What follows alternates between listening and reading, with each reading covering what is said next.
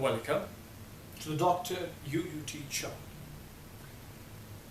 Lecture is in Urdu, available in English.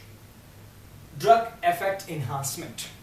Term क्या है कि जो ड्रग का असर है उसमें ज्यादती या बढ़ोतरी कैसे होती है, उसके लिए फर्दर हमारे पास 3 टर्म्स हैं. वो क्या क्या है? Addition, synergism, potentiation. Okay, addition क्या है?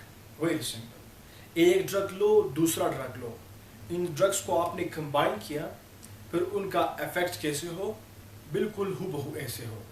जितना असर एक का होगा उतना दूसरे का हो. दोनों को कंबाइन करो, अपना अपना असर शो करे. इसका मैं आप लोगों को ये समझाऊं कि अगर आप एक ड्रग लो, दूसरा लो, दोनों को कंबाइन करो, उनका इफेक्ट क्या हो जाए? दुगना हो जाए. 1+1, बिकॉज क्योंकि दोनों जुड़ रहे हैं, इज इक्वल टू 2. ओके, इसको बोलते हैं एडिशन. साइनर्जिज्म क्या है? इसमें इफेक्ट डिफरेंट है.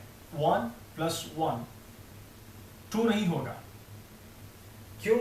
इसमें क्या होता है कि एक ड्रग आपने ली, दूसरी ड्रग आपने ली, लेकिन उनका इफेक्ट दुगने के बजाय उससे ज्यादा हुआ, ग्रेटर देन 2 हुआ.